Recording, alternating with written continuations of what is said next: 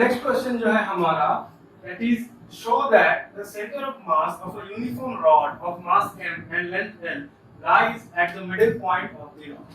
यानी centre of मास से ये क्वेश्चन है और इसको हम लोग कैसे सॉल्व करेंगे। ये एक कंटिन्यूअस बॉडी सिस्टम है, उसका क्वेश्चन है।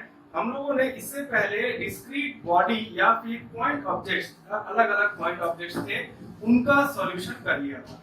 ये एक कंटिन्यूअस बॉडी सिस्टम है, इसका सॉल्यूशन का फॉर्मूला थोड़ा अलग रहेगा, ज्यादा नहीं, थोड़ा सा ही रहेगा, कुछ खास डिफरेंस नहीं है यहाँ पे। जैसे हमारे डिस्क्रीट बॉडी या फिर पॉइंट बॉडी था, छोटे छोटे अलग अलग बॉडीज थे कहीं पे, और हम लोग एक ओरिजिन तय कर लेते थे और इसी ओरिजिन से इसका डिस्टेंस हम लोगों को मिलता था, इसका मास पता रहता था, इसका डिस्टेंस ये हो गया, इसका मास ये हो गया, एंड इसका मास ये हो गया, एंड डिस्टेंस ये हो गया।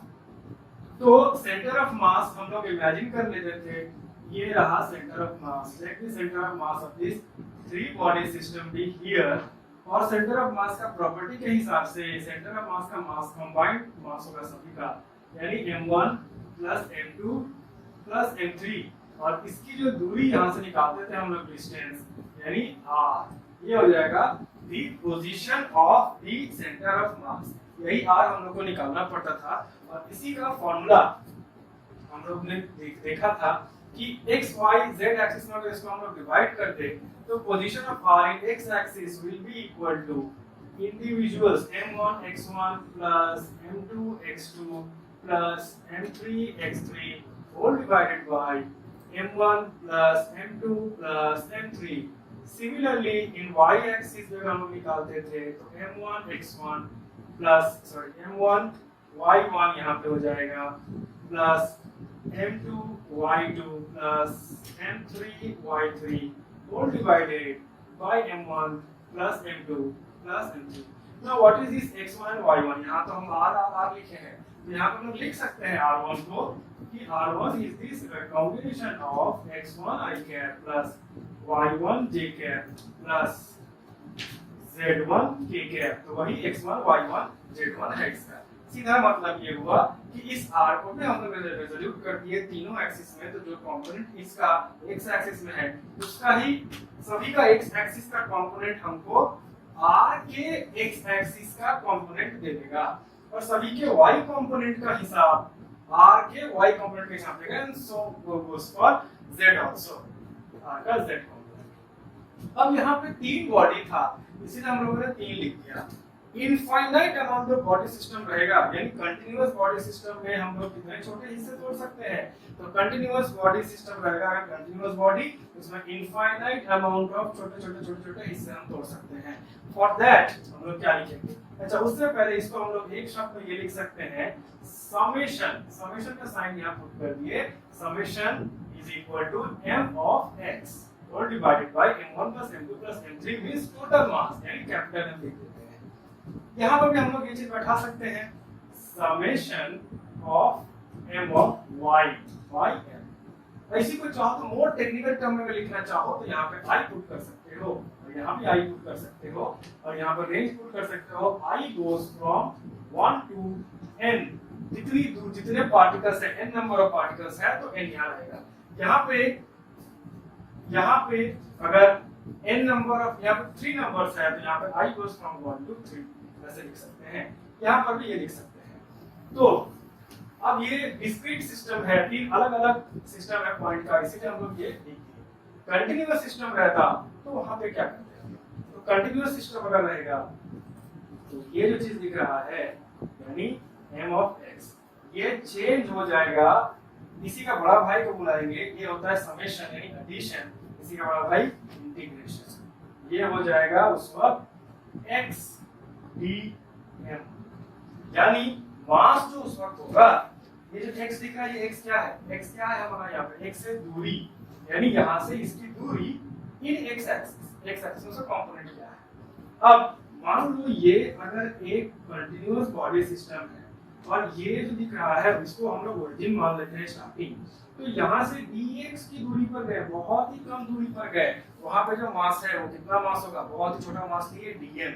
इतना छोटा मास ले क्यों रहे, यहाँ पे क्वेश्चन पूछा जा सकता है। इतना छोटा मास हम लोग dm इसीलिए ले रहे हैं क्योंकि अगर वो मास बड़ा ले लिए, मान लो यहाँ से यहाँ तक ये मास बड़ा ले लिए, तो ध्यान से देखो, यहाँ से अगर देखते हैं तो ये डिस्टेंस और यहाँ से देखते हैं तो ये डिस्टेंस, दोनों डिस्टेंस अलग अलग है और सेंटर ऑफ मास तो डिपेंड ही करता है डिस्टेंस के ऊपर। तो ये बॉडी का एक डिस्टेंस नहीं है, ये बॉडी दो डिस्टेंस रिप्रेजेंट कर रहा है। तो कौन सा डिस्टेंस पकड़ेंगे हम निकालते वक्त, यानी सेंटर ऑफ मास निकालते वक्त इसको अगर हम एक अलग सिस्टम मान लिए, वैसे ही करके मान लो यहाँ पे एक अलग सिस्टम है, यहाँ पे एक अलग मास का सिस्टम है, यहाँ पे एक अलग मास का सिस्टम है, तो हमारा मेन एम क्या रहता है कि इसका एक डिस्टेंस ले लेते हैं, इसका एक डिस्टेंस ले लेते हैं, जैसे इसका एक डिस्टेंस है, इसका एक डिस्टेंस है, इसका एक डिस्टेंस है, ठीक वैसे ही इसका एक डिस्टेंस लेते हैं, इसका एक डिस्टेंस लेते हैं, इसका एक डिस्टेंस लेते हैं, इसका एक डिस्टेंस लेते हैं और फॉर्मूला पुट करते निकल के आता। बट ये मास इतना बड़ा है कि इसका एक डिस्टेंस तो नहीं है, इसका तो स्टार्टिंग से अलग डिस्टेंस है, एंडिंग से अलग डिस्टेंस है। This will give us a wrong result. इसीलिए हम लोग क्या करेंगे, इस मास के स्ट्राइक को इतना पतला काटेंगे, इतना छोटा काटेंगे, इतना छोटा काटेंगे कि यहाँ से बस एक ही डिस्टेंस ये निकल के आएगा। ये इतना छोटा रहेगा स्ट्राइक, इतना छोटा जगह में सिर्फ और सिर्फ dm यानी बहुत ही स्मॉल, d का मतलब होता है वेरी स्मॉल, इनफाइनेटेसिमली स्मॉल। तो इनफाइनेटेसिमली स्मॉल मास हम लोग ले लिए हैं। अब ये जो इनफाइनेटेसिमली स्मॉल मास लिए हैं, इसके बाद वाला जो मास होगा वो कहाँ पर रहेगा, इसी के साथ सटा हुआ रहेगा, देख के कोई फर्क कर ही नहीं पाएगा। इसका मतलब यहाँ से इसकी दूरी और इसके बाद वाले मास की भी दूरी लगभग सेम ही रहेगी, लेकिन वो सेम रहेगी नहीं, लगभग सेम रहेगी। दोनों के बीच के गैप इतना छोटा रहेगा, इतना छोटा रहेगा, तो वहीं पे काम आएगा हमारा ये जो है dx बोलो या dm बोलो। अगर dm बोल रहे हैं तो हम ये बताएंगे कि ये मास काफी छोटा लिया गया है और इस रूप में इसको हम इंटीग्रेट नहीं कर सकते, क्योंकि जिसको तोड़ते हैं उसी को जोड़ते हैं। यहाँ पर x लिया गया है और तोड़ दिखाया गया, किसको तोड़े हैं, मास को तोड़े हैं। तो हम इसको पहले चेंज करेंगे इस रूप में कि इधर भी और इधर भी दोनों ही सेम क्वांटिटीज रहेंगे और उसके बाद इंटीग्रेट करेंगे। तो जैसे जैसे इंटीग्रेट करते जा रहे हैं वैसे हम समझा देंगे। तो अकॉर्डिंग टू आवर सम, अब अगर हम लोग सम पे आए तो हम लोग क्या करते हैं कि यूनिफॉर्म मास वाला रॉड लेते हैं। यूनिफॉर्म कहने का मतलब उसका मास यूनिफॉर्म है। एक रॉड लेंगे, हम लोग को ये बताना है कि इसका centre of mass geometrical location बीचों बीच में लाई करता है। तो एक काम करते हैं, पॉइंट ऑफ ओरिजिन हम लोग को डिसाइड करना पड़ता है। इसका स्टार्टिंग लेफ्ट हैंड साइड का स्टार्टिंग ही पकड़ लेते हैं पॉइंट ऑफ ओरिजिन को। तो यहाँ से कोई अगर हिस्सा आप काट रहे हैं, अब इतना छोटा हिस्सा अगर हम बनाने जाए तो उसको स्टडी नहीं कर पाएंगे। तो हम काम करते हैं, हिस्सा तो छोटा ही है but for only for study purpose हम क्या कर रहे हैं, उसको थोड़ा बड़ा काट के बना रहे हैं। तो ओनली फॉर स्टडी पर्पस इतना बड़ा हिस्सा हम काट रहे हैं। इसका जो लेंथ है बहुत ही छोटा है। कितना छोटा है, dx। dx d खुद का मतलब होता है इनफाइनाइटेसिमली स्मॉल, इतना छोटा कि माइक्रोस्कोप में भी दिखने वाला नहीं, इतना छोटा है ये पता। अब इसका जो मास है वो मास कितना है ये हम लोगों को निकालना है। तो इसके लिए हम लोग क्या करेंगे, कुछ कैलकुलेशंस करते हैं। यानी let us find the mass per unit length of this rod. तो इसका टोटल मास हो गया है m और नेट लेंथ है l। तो हम लोग क्या करेंगे, मास पर यूनिट लेंथ, मास पर यूनिट लेंथ या फिर मास का डेंसिटी, लीनियर में मास डेंसिटी अगर हम निकालने की कोशिश करें तो हो जाएगा net mass by total length. ये क्या निकाले हम लोग, एक यूनिट, एक छोटे मास यूनिट का, अब वो कितना छोटा यूनिट है ये हम लोग को नहीं पता, हम लोग जस्ट बोलेंगे 1 यूनिट ऑफ दैट मास। इसका अगर हम लोग बहुत ही छोटा लेंथ काट लिए 1 यूनिट लेंथ, तो उसका मास हो जाएगा m/n। तो यहाँ पे आप समझो, यूनिटरी मेथड में हम लोग इसको सॉल्व करेंगे। यूनिटरी मेथड का मतलब ये होता है कि अगर हम लोग को ये बोल दिया गया कि सपोज 8 लोगों के पास, 8 मेन के पास 20 चॉकलेट्स हैं, तो 3 मेन के पास कितना रहेगा, कैसे निकालेंगे इसको। 8 मेन के पास 20 चॉकलेट है तो 1 मेन निकाल देंगे, यूनिट मेन में 20/8 कर देंगे इसको। एक आदमी के पास इतना चॉकलेट रहेगा। अगर एक आदमी के पास इतना चॉकलेट रहेगा तो 3 आदमी के पास कितना रहेगा, तो 20/8 × 3 कर देंगे तो इतना चॉकलेट। सिंपल सा है सॉल्यूशन, बिल्कुल ऐसा ही यहाँ हम यहाँ पर क्या निकाल रहे हैं, L लेंथ में मास है m, तो 1 यूनिट लेंथ में कितना मास होगा, 1 यूनिट लेंथ में कितना मास होगा, यानी यहाँ पर अगर ऐसे चलते रहे 1 L, यानी L में इसका मास है m, mass of L m, तो 1 unit of length m by L, तो dx unit of length, dx unit of length का मास हो जाएगा m by L into dx। तो ये हम लोगों को याद रखना है। अब आगे की तरफ हम लोग अपना डेरिवेशन बढ़ाते हैं। तो हम लोग फॉर्मूला यहाँ पे जो हम लोग लिखने जाएंगे, that will be the r, यानी position of our centre of mass will be integration,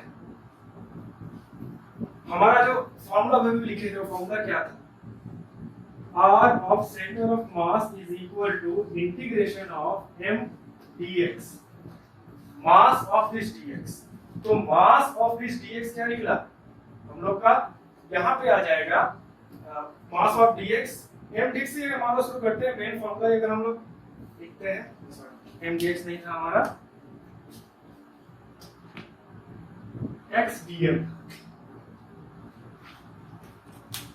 x dm, जबकि हमारा समेशन यहाँ पे आ रहा था xm, वहां का हमारा फॉर्मूला हो रहा है x dm। अगर यहीं से हम लोग शुरू करें लिखना,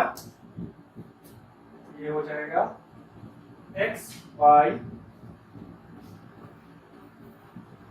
m dm। अब ये कहां से आया, सीधी सी बात है। अब जब जो हम तुम लोग को यहाँ पे इसके मिटाने से पहले जो यहाँ पे लिख के दिए थे कि location of center of mass is equal to summation of x m I, where I starts from 1 to n divided by total mass। ये फॉर्मूला हम ये मिटाने से पहले लिखे थे, वही इंटीग्रेशन के बाद ये समेशन के बदले इंटीग्रेशन दे दिया। यहाँ पे नीचे जो नेट मास था वही रह गया m, m हो गया हम लोग का, ये जो m लिखा ये हो गया dm, और ये जो x रहा। अब ये जो हम लोग 1 to n इंटीग्रेट कर रहे हैं, यहाँ पे हम लोग को मालूम है कहां से कहां तक इंटीग्रेशन करना है। तो बड़े किसी इंटीग्रेशन जो हम लोग करेंगे वो हम लोग का ये से लेकर यहाँ तक जाएगा, यानी टोटल लेंथ का इंटीग्रेशन करना है 0 to l। अगर 0 to l हमको इंटीग्रेशन करना है तो इसको चेंज करना पड़ेगा। 0 to l अगर इंटीग्रेशन करना है हम लोगों को, तो dm तो दिख रहा है, ये यहाँ पे ये दिख रहा है कि हम लोगों को मास को जोड़ना पड़ेगा। मास को जोड़ने के लिए मास ही जुड़ेगा लास्ट में, बट हम लोग का एक्सप्रेशन को ऐसे चेंज करना पड़ेगा कि वो डिस्टेंस का एक्सप्रेशन हो जाए, ताकि 0 से l तक हम लोग इसको जोड़ पाए। तो इसको चलो हम लोग को चेंज करना पड़ेगा। तो इसको हम लोग कैसे चेंज करेंगे,